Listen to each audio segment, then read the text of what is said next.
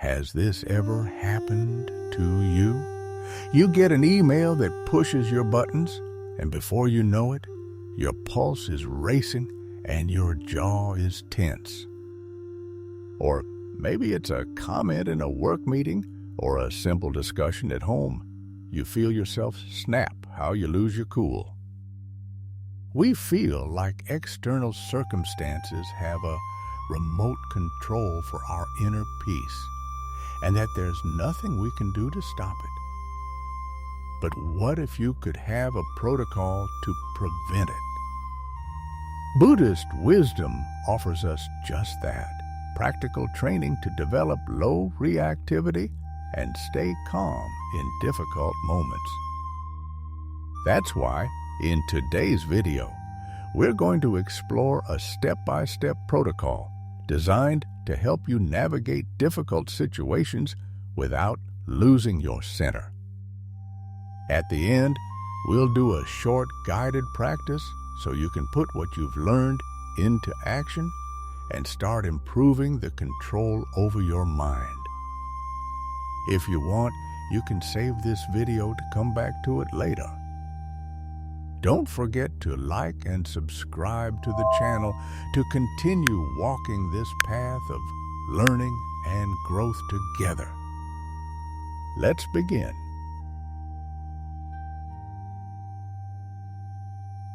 To start dismantling this autopilot, the first thing we need to understand is why we snap. What's really happening in our mind when something gets under our skin? Buddhist teachings offer us a very clear insight into this. They explain that in life, unpleasant sensations are unavoidable. There will always be a comment we don't like or a traffic jam. That's the sensation, and it's uncontrollable. But what causes us suffering isn't the sensation itself, but our automatic reaction to it.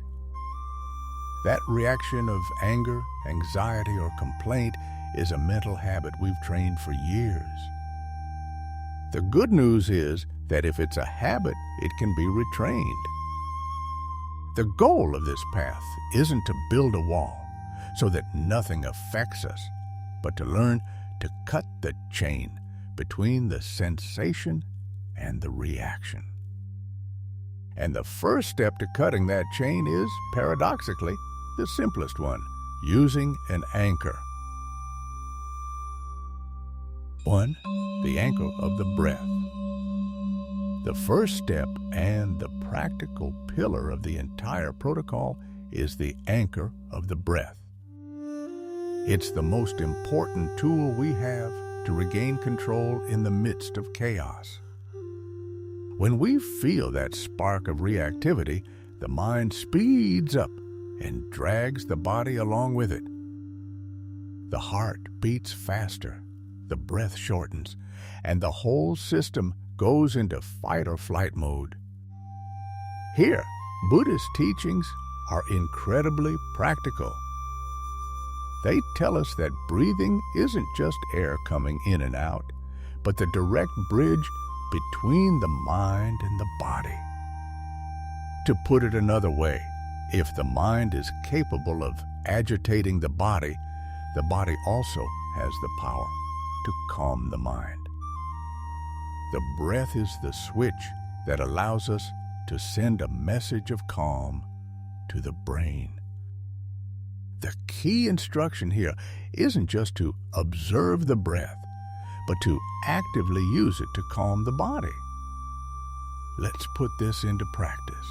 The next time you get that email that makes you tense, before you even touch the keyboard, stop. Take just 3 breaths with that intention. Inhale deeply, feeling how the air creates space. And as you exhale, consciously release the tension from your shoulders or your jaw. This 3-breath pause is your emergency break.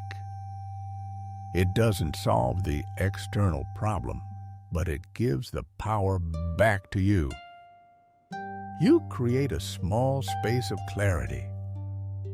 And it's in that space that you can apply the second key, learning to see what's really happening. 2.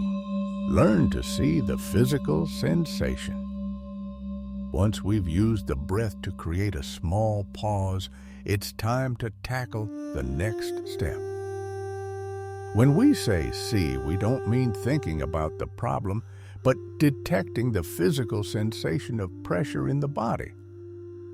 Almost always, our emotional reaction, anger or fear, begins as a raw bodily sensation. A knot in the stomach, heat rising to the face, tension in the jaw, or a weight on the chest. Buddhist teachings invite us to be like scientists, objectively observing our own experience. We train ourselves to notice these sensations just as they are, without adding a story to them. When you feel that pang in your stomach, instead of saying, "This is so unfair," you simply see the physical sensation. This key asks us to become experts in our body's early warning signs. When you feel that tension in your shoulders, you understand there it is. See it. Let's do a micro practice right now. If it's possible for you, do a quick scan. Where are you holding tension? In your forehead? In your stomach? Simply notice that sensation without judging it. By seeing the physical sensation first, we prevent it from hijacking our mind. Seeing the sensation gives us an early warning. But what do we do with the emotion that comes right after it? That's exactly what we'll see next. 3. Name the mental state. The third step of the protocol is to mentally label the emotion or mental state that arises. It's the act of acknowledging what is happening without identifying with it. When we feel that pressure in our chest, the mind quickly interprets it as anger or anxiety. This is where we usually say, "I am furious," and we merge with the emotion, becoming it. Buddhist wisdom proposes a radical shift. Instead of "I am furious," it invites us to observe and name, "I notice there is anger in the mind," or "I notice the mind is agitated."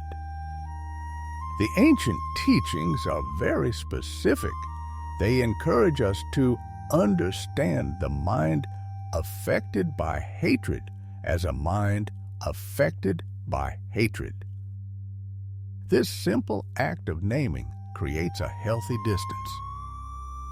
It's the difference between being trapped inside the storm and watching it from a safe window. The next time you feel overwhelmed by pressure, try this internal label. As you breathe, step 1, and feel the tension, step 2, simply say internally, "This is fear," or "This is impatience." By naming the experience, the emotion stops being a terrifying monster and becomes a passing mental event. You are no longer the anger. You are the conscious space that observes the anger. And from that space, now it's time to take the next step. 4. Choose to use the antidote. Choosing means exercising our ability to respond consciously instead of falling into automatic reaction. If the automatic reaction to anger is more anger, the conscious choice is to apply the antidote. Here, the Buddhist teaching is direct and powerful. Conquer the angry man with love, Conquer the ill-willed man with kindness. This isn't a poetic phrase, it's an operating instruction. When someone speaks to you with hostility, the angry man, your autopilot wants to return the hostility. But you, having seen and named your own anger, can choose not to feed it.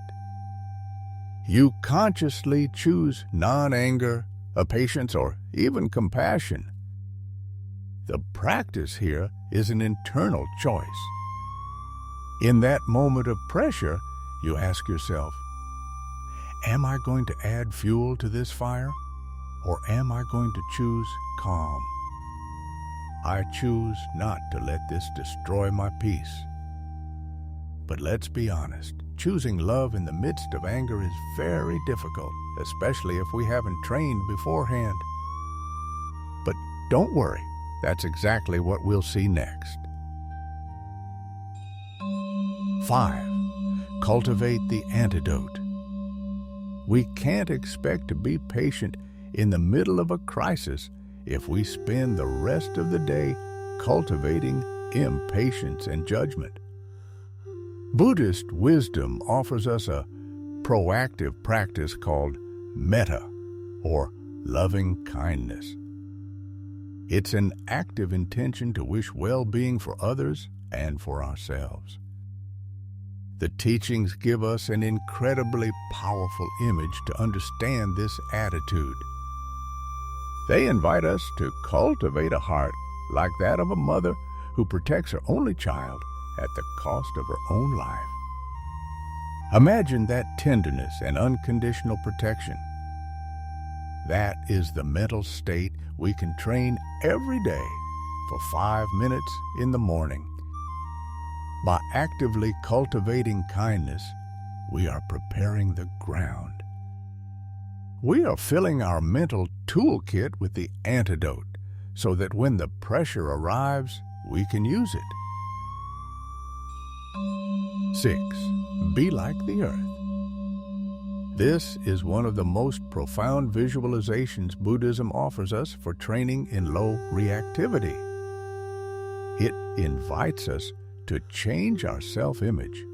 Instead of seeing ourselves as a fragile person who must be defended, it invites us to see ourselves as the earth.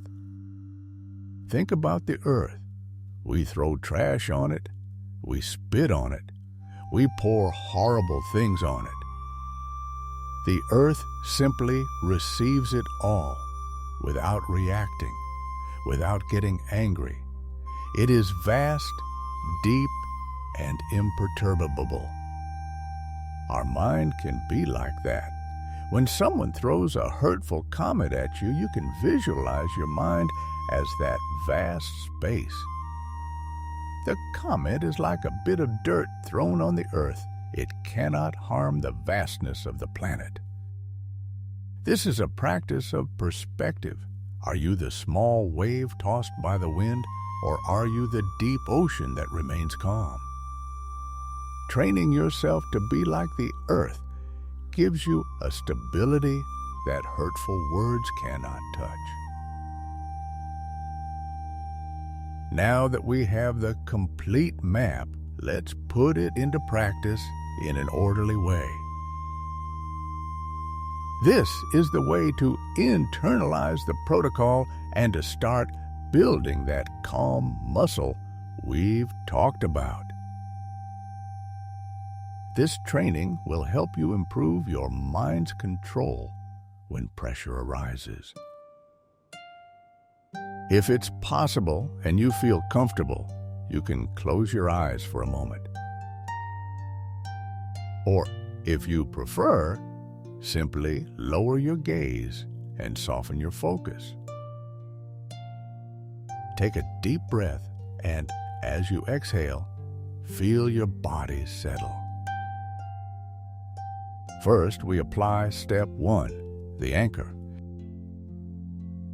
To begin, simply feel your breath just as it is. Now, add the intention we talked about. As you inhale, you are aware that you are inhaling. As you exhale, you have the active intention to calm your body. Inhale and exhale, releasing the weight from your shoulders. With this initial calm, let's move to step 2, bringing your attention through your body to find a point of tension. Maybe it's your jaw or your brow or your stomach. It's not about finding a great pain, just a small sensation of pressure. Find it and observe it like a scientist without judging it. Notice its shape, its temperature, its vibration. Now, step 3, name. Put a simple mental label on that sensation. If it is in your jaw, you can name tension. If it is in your chest, unease. Feel how, as you name it, you create a space between you and the sensation. And finally, step 4, choose to apply the antidote. Direct your breath toward that area of tension you have seen and named. And now, apply that intention of loving kindness. Instead of fighting against the tension, you embrace it with a kind breath, like that mother caring for her child. Wish it well. May this tension be at ease. Observe what happens when you stop fighting and apply care. Take one last deep breath. Slowly, gently move your fingers and toes. And when you're ready, with no rush at all, you can open your eyes. We have traveled a deep path today. And now, as usual, so you can take this map with you clearly, let's briefly review the protocol we've learned to stay calm under pressure. First, we use the anchor of the breath, learning to actively calm the body to create a pause. Second, we practice learning to see the physical sensation, detecting tension in the body before it controls us. Third, name the mental state to create a healthy distance from the emotion and not identify with it. Fourth, we choose to use the antidote, consciously deciding not to react with anger, but with calm. Fifth, we saw the importance of cultivating the antidote every day, filling our mental toolkit with kindness and loving kindness. And sixth, we learned to be like the earth, a powerful visualization to keep us vast and imperturbable in the face of provocation. Congratulations, because today you haven't just learned to manage pressure, but to completely transform your relationship with it. Thank you sincerely for joining me on this journey toward inner calm. The next time you feel that wave of pressure, that moment when you notice you're about to react, don't try to apply all 6 steps at once or be like the earth. Just do this. Apply the pause protocol. Now, I'd love for the conversation to continue in the comments. Tell me, which of the steps in this protocol resonated most with you? In what situation do you find it hardest to stay calm? Reading and learning from your experiences is what enriches this community the most. If you found this video helpful, please consider sharing it with someone you think it might help find a little peace. And of course, if you want to keep diving deeper into these teachings, please like and subscribe to the channel so you don't miss the next episodes. Thank you for your time and your practice. See you in the next video.